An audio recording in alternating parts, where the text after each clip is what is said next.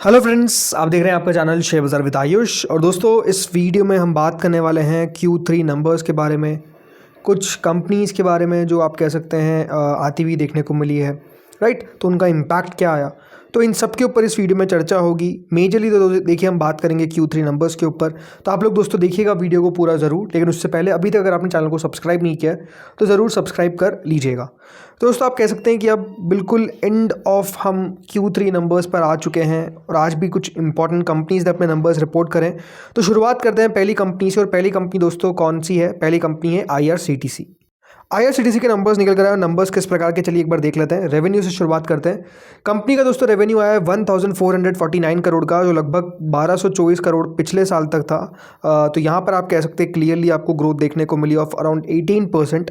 तो Q1 अगर बात करते हैं तो 1146 करोड़ का ही कंपनी का रेवेन्यू था। तो वहाँ से तो आप समझ सकते हैं कि लगभग ग्रोथ आ गई है 26% की, यानी रेवेन्यू में आप कह सकते हैं कि अच्छी खासी जंप हमको देखने को मिली है Q1 बेसिस पर भी और YoY बेसिस पर भी। EBITDA की अगर बात करते हैं तो EBITDA दोस्तों कंपनी का लगभग 12% बढ़ता हुआ देखने को मिला है सालाना तौर पर, बट Q लगभग आपको 1.5% के आसपास का डिक्लाइन देखने को मिलता है। इसके अलावा देखिए जो प्रॉफिट है कंपनी का करीबन 394 करोड़ पर आया, जो लगभग 15% ऊपर था, और Q बेसिस पर भी 15% के आसपास का आपको जंप देखने को मिल जाता है। एक बार अगर हम Q1 के नंबर्स को थोड़ा सा और अच्छे से देखते हैं तो आपको नजर आएगा कि 342 करोड़ का प्रॉफिट इस साल पिछले क्वार्टर में हुआ। तो पिछले साल भी कंपनी का प्रॉफिट इतना ही था। तो आप समझ सकते हैं कि जो प्रॉफिट के अंदर आपको बड़ा देखने को मिली है वो सिमिलर आपको नज़र आ जाती है। इसके अलावा देखिए नंबर्स पे अगर थोड़ा सा और डिटेल में बात करते हैं तो EBITDA मार्जिन जो कंपनी के हैं वो लगभग 32% पर आए। अब ये डिक्लाइन आपको होता हुआ नजर आ गया 34% जो कंपनी का, याद रखिएगा, पिछले साल था। तो नेट कंपनी का जो EBITDA मार्जिन है वो गिरा है, और नेट मार्जिन कंपनी का जो आपको देखने को मिला है वो लगभग 27.2% पर देखने को मिला है। नंबर्स की और अगर खास बात करते हैं तो दोस्तों जो इनका इंटरनेट टिकटिंग बिजनेस है, याद रखिएगा ये प्राइमरी प्रॉफिट ड्राइवर है। लगभग 86% of the total segment of profit, याद रखिएगा, इधर से आता है। इसमें अगर मैं बात करता हूँ स्टैंड लोन टिकटिंग रेवेन्यू जो है इस क्वार्टर का वो लगभग 400 करोड़ के आसपास देखने को मिला है, जो 13% के आसपास का आपको बढ़त दिखाता है। टूरिज्म सेगमेंट में आप कह सकते हैं ग्रोथ जो है वो काफ़ी अच्छी देखने को मिली, और हाईएस्ट सेगमेंट ग्रोथ हम कह सकते हैं इधर आई है।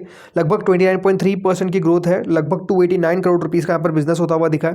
कैटरिंग की बात करते हैं तो कैटरिंग बिजनेस से लगभग 555 करोड़ का कंपनी ने रेवेन्यू रिपोर्ट करा है, और ये भी हाई वॉल्यूम बिजनेस रहता है। इसके अलावा दोस्तों एक सेकंड इंटरिम डिविडेंड जो है वो याद रखिएगा कंपनी ने जारी किया है 3.5 रुपये प्रति शेयर का, और रिकॉर्ड डेट रखी गई है इसकी 20 फरवरी। जी हाँ, 20 फेब याद रखिएगा रिकॉर्ड डेट है।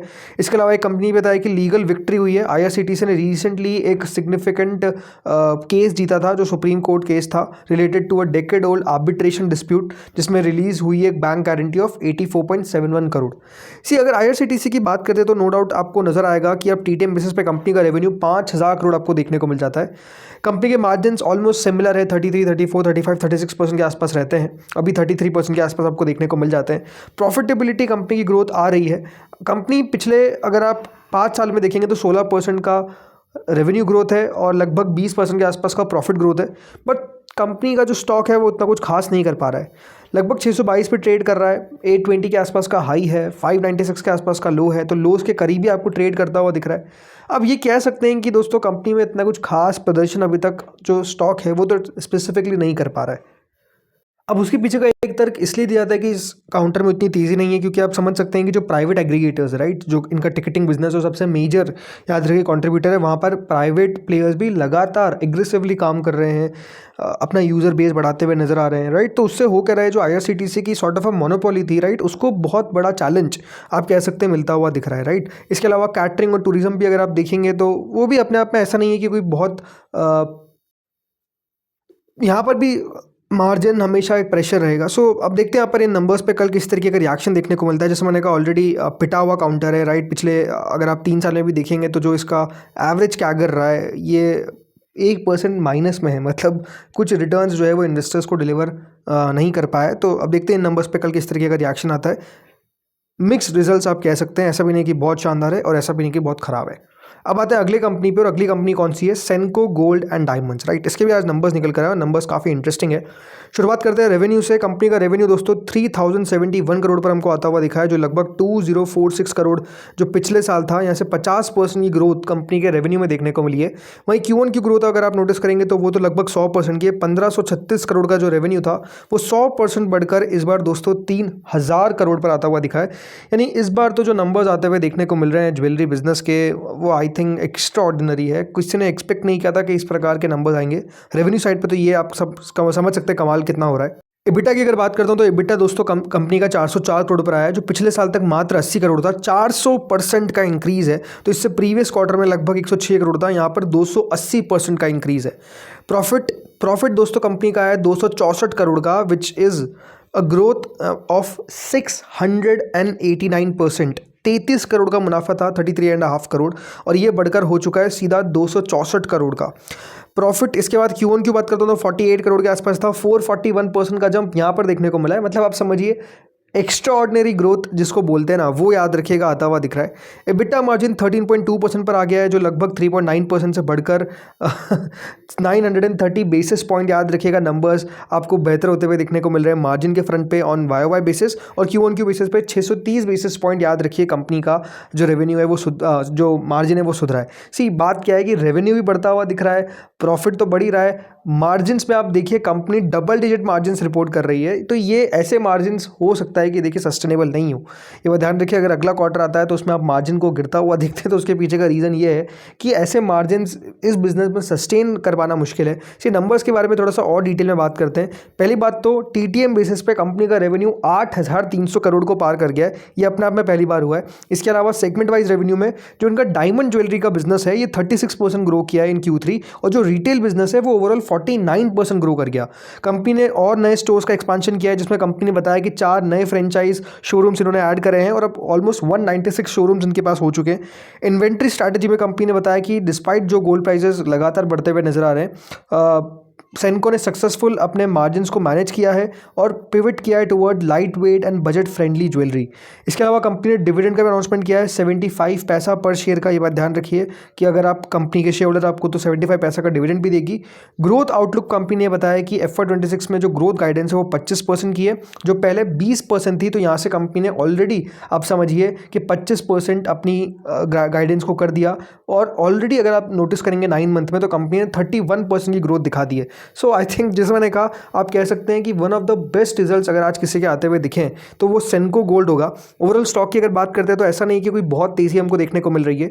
374 पे ट्रेड कर रहा है, 458 का हाई है, 227 का लो है, 24-25 के आसपास का पी है। बट अगेन इस नंबर्स के आने के बाद ये पी बहुत एडजस्ट होगा। अभी तक याद रखिएगा जो नंबर्स है वो यहाँ पर आए नहीं है, इसलिए पी एडजस्ट नहीं हुआ है, बट पी से बहुत एडजस्ट हमको होता हुआ दिख जाएगा।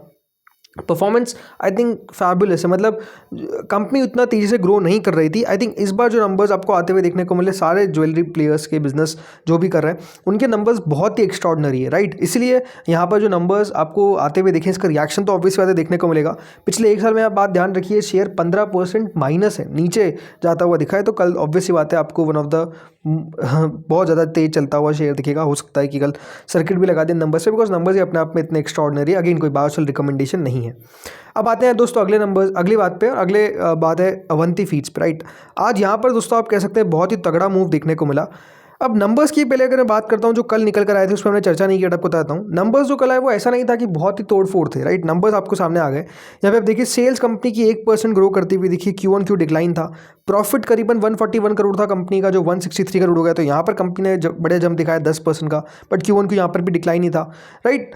नंबर्स जैसे मैंने कहा ऐसा नहीं था कि बहुत ज़्यादा शानदार है, बट ओवरऑल एक्सपेक्टेशन कम थी, और उसका एक बड़ा रीज़न था कि आज अवंती फीड्स और एपेक्स फ्रोजन दोनों शेयर चल गए और नए हाईज जो है वो लगाते हुए नजर आ गए। इसके अलावा एक बड़ी अनाउंसमेंट अवंती फीड्स ने की, हो सकता है मार्केट उसको भी देख रहा हो। कंपनी ने दोस्तों यहाँ पर कहा है कि वो 25 लाख रुपए इन्वेस्ट करेंगे Quanta People Solutions, India first AI powered cognitive tech solution startup, जो एक्सक्लूसिवली है for front line workforce performance.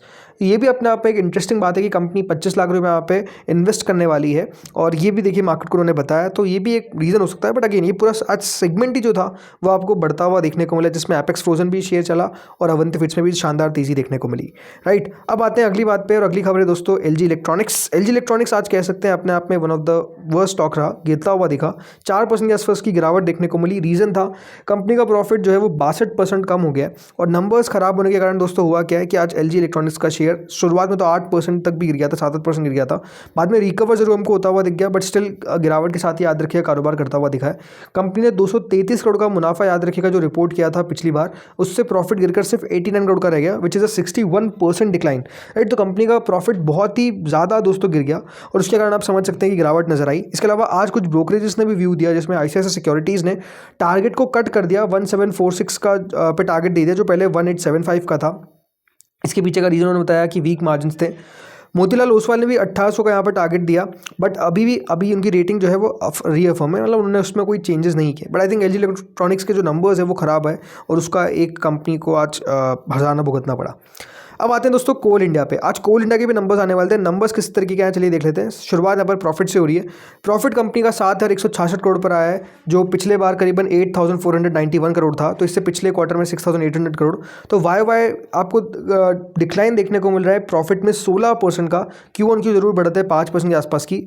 Revenue भी दोस्तों कंपनी का कम हुआ है, वाई लगभग कंपनी का रेवेन्यू 5.2% कम हुआ है, लेकिन Q1Q बेसिस में 7.3% आपको बढ़ता हुआ दिखा है। एबिटा लगभग दोस्तों कंपनी का सालाना तौर पर 25% डिक्लाइन किया है, तो एबिटा मार्जिन 43% से घट के 33% रह गए, जो 1000 बेसिस पॉइंट कम होते हैं। तो ऑब्वियसली बात है दोस्तों, नंबर्स आप कह सकते हैं कोल इंडिया के उतने कोई अच्छे आते हुए नजर नहीं आए। ओवरऑल मार्केट का अनुमान भी इसी प्रकार का था कि कंपनी इसी तरीके के नंबर्स रिपोर्ट करेगी, तो ऐसा नहीं कि मार्केट को पता नहीं था, मार्केट को पता था कि ग्रोथ आपको इस बार आती हुई नजर नहीं आएगी, ऑब्वियसली बात है उस पर उसी तरीके से नंबर्स आए, उस पर रिएक्शन भी कल देगा। बाकी दोस्तों डिविडेंड का अनाउंसमेंट कर दिया है। Third interim dividend company report किया है ₹5.50 का, तो ₹5.50 का डिविडेंड याद रखिएगा आपको मिलेगा। कंपनी ने बताया कि जो एम्प्लॉय एक्सपेंस है उसका भी एक बड़ा कारण है कि प्रॉफिट में कमी आई है, 22% बढ़ता हुआ नजर आ गया, जो 13,220 करोड़ पर है, क्योंकि एग्जीक्यूटिव पे रिवीजन कंपनी ने किया है।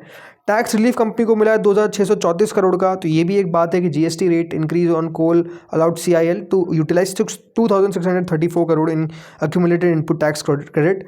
प्रोडक्शन की बात करते हैं तो प्रोडक्शन बहुत बढ़ता हुआ दिख नहीं रहा है।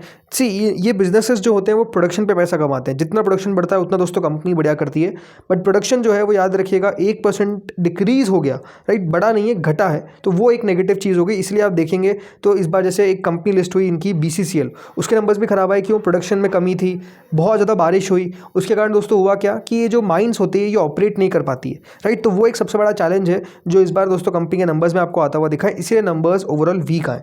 तो दोस्तों इस वीडियो में तो इतना ही था। होपफुली आपको वीडियो बढ़िया लगा होगा, अगर अच्छा लगा तो लाइक कर देना।